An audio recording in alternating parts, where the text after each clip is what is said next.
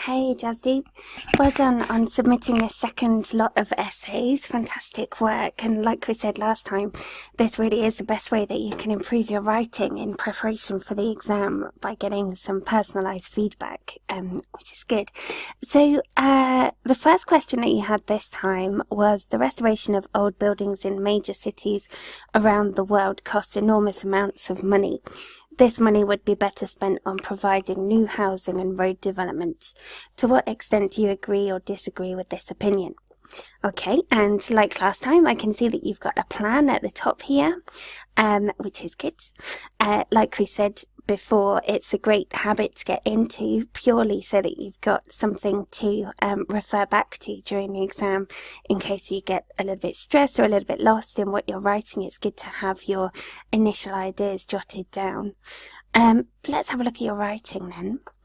So, experts throughout the world have debated whether it is better to spend on renewing old buildings or providing new housing and improving roads. This essay will discuss both sides using examples from the UK government and Oxford University to demonstrate points and prove arguments. Okay, well done. A good introduction there. It's nice to see that you've summarised the idea in the question. Okay, and you've managed to do that in one sentence, which is actually really good. So, experts throughout the world have debated whether it's better to spend on renewing old buildings or providing new housing and improving roads. Yeah, good. The one thing I would say is, instead of throughout the world, I would tend to use around the world instead, purely because it's more of a natural phrase than throughout the world. But yes, good. Okay, so that's the only change I would make there really is around the world. This essay will discuss both sides using examples from the UK government and Oxford University to demonstrate points and prove arguments. Good. Yeah, no problems there at all. That's good. Yeah, brilliant. Let's go on to the next part then. There is ample evidence that old buildings make a region culturally strong. The central reason behind this is twofold. Firstly, old buildings are visible reminders of their history. Secondly, these buildings allow for a place to hold cultural events. Okay, good. What I would say here is that the first part is great, so make a region culturally strong. The central reason behind this is twofold. Good. Firstly, old buildings, and secondly, yeah, good. I was going to suggest that we make this two sentences, so behind this is twofold, full stop, firstly with a capital letter. However, I don't think it hurts here to have it as one, so we can keep it like that, it's fine. Secondly, these buildings allow for a place to hold cultural events. What I would say here, instead of allow for, could be provide a place or a venue to hold cultural events instead. For example, recent empirical research by the UK government demonstrated that 90% of all towns which had a rich, lively culture showed their strong dependence on local old buildings. Okay, good. Well done. That's a nice example there to support your main point. Is good. It must not be forgotten that although these buildings are critical to sustain a rich culture, restoration of such buildings could cost large amounts of money. Therefore, it is conclusively clear that benefits of all buildings are numerous, but their restoration comes at a big cost. Okay, good. Okay, let's move on. Although there is a case for old buildings enriching the local cultural diversity, the impact of their high repair costs cannot be overstated. Good. So here we don't need the comma after, so the second comma in this sentence, we don't need that one. This is largely because the same amount of money can be used to provide new housing and to improve roads. For example, an extensive study by Oxford University showed that only 1/10 of all towns in the UK are able to provide housing and smooth roads to a majority of its citizens. Consistent with this line of thinking is that housing and road development are basic necessities for sustaining any kind of human population and are hence critically important. Okay, alright then. So, we've got a good paragraph here on how historical buildings are important, and a second one on how roads are important. To provide new housing and to improve roads.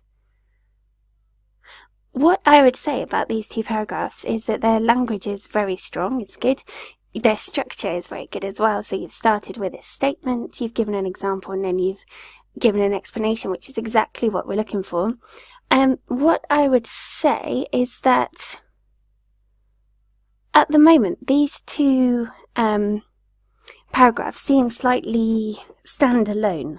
And what I would suggest here is that we find a way to make the paragraphs link slightly more to the question.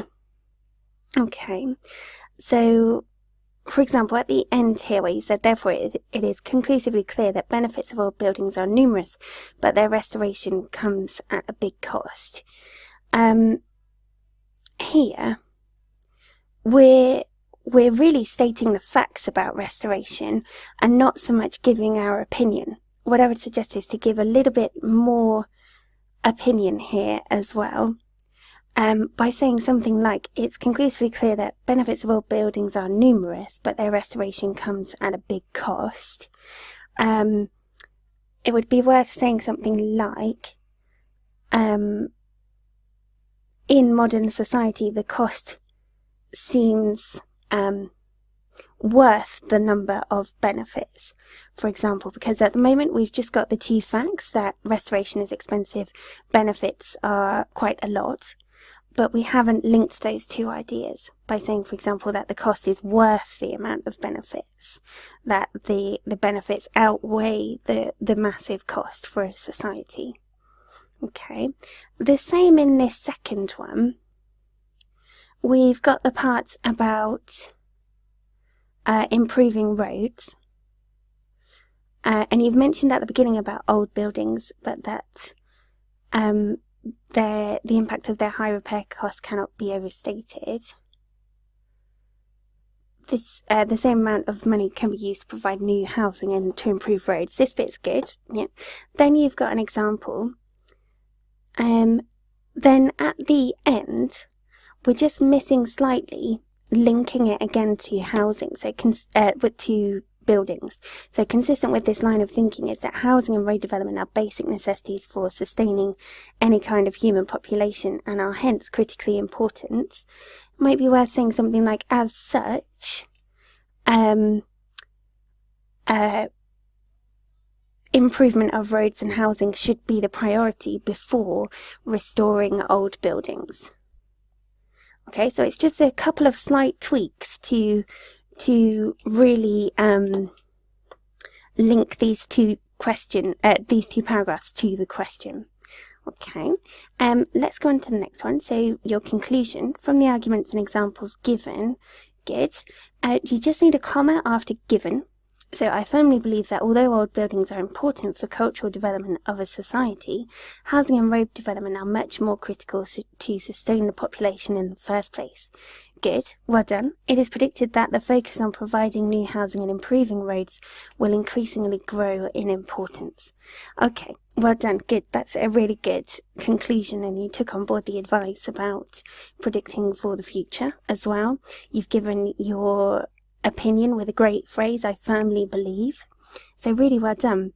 As we mentioned before, then, just to recap, your introduction is great, your conclusion as well is brilliant. I would just say that for these two paragraphs in the middle, just to link them slightly more. So in this first question, it is mentioning that although the costs are big, it is worth doing because the benefits outweigh the costs.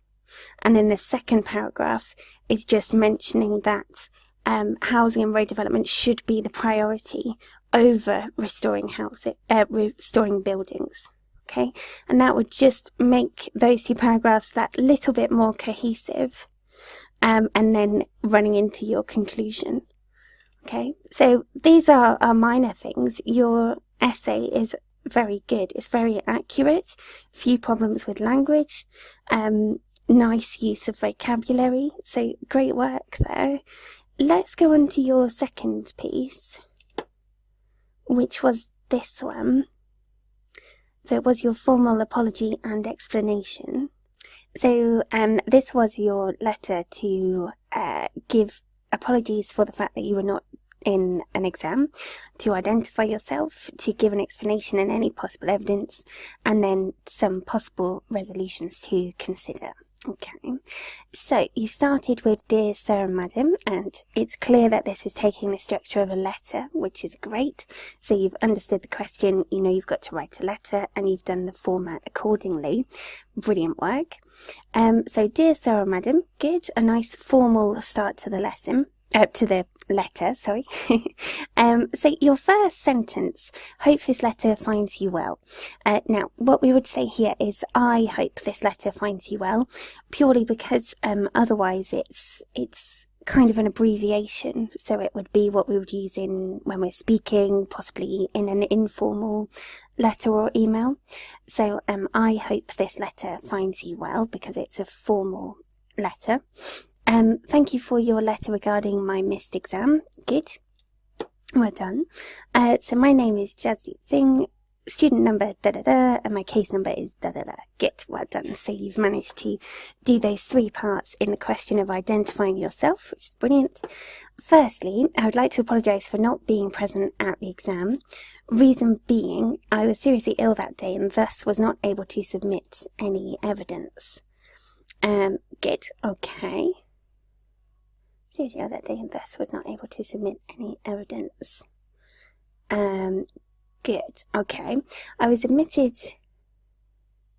into the general ward of London Hospital. So I was admitted to the general ward at London Hospital due to high fever on the day before the exam. That day, I woke up to realise that I was shivering with high fever of 104 degrees Fahrenheit and was rushed into the hospital by ambulance. Good. It took a couple of days for me to recover from what was diagnosed as malaria. Instead of malaria fever, malaria. I have enclosed a related medical report by Dr. Atkinson, London Hospital. Okay, well done. Good. With this part here, so the temperature, we need degrees with an S. Degrees. 104 degrees Fahrenheit. Okay, good. Okay, so if possible, I would like you to reschedule my exam. If not, kindly consider my situation before coming up with any other decision. Okay, good. So if possible, I would like you to, here instead of reschedule the exam, we would say allow me to resit the exam. Okay, so to resit the exam, to take it again because you weren't able to do the first one. If not, kindly consider my situation before coming up with any other solutions, I would suggest, instead of decisions, solutions. Once again, I would like to apologise for here, instead of any inconvenience, it's good to acknowledge that there was inconvenience. So apologies for the inconvenience caused. Okay, that way you're kind of taking responsibility for the inconvenience instead of stating in case there was any inconvenience. So I'd like to apologise for the inconvenience caused. Thank you in advance. Yours faithfully. Well done. Good. Yeah, so this is a really good piece of writing. You've done everything that you needed to do. You've explained what happened in a really succinct and descriptive way, which is good. You've said about the evidence that you've got, possible resolutions, just changing that word to allow me to resit the exam, and any other solutions. Once again, I would like to apologise for any inconvenience caused, or the inconvenience caused. Thank you in advance. Good. Yeah, well done. So a really good, like I said, a really good piece of writing. Your vocabulary is of a high level. You've got a nice format for your letter as well. You've done all of the conventions that you need to. So, sir, madam, used appropriate greetings, used a good sign off for your letter. So yeah, a very good piece of writing. Well done. 2 pieces that you should be very proud of.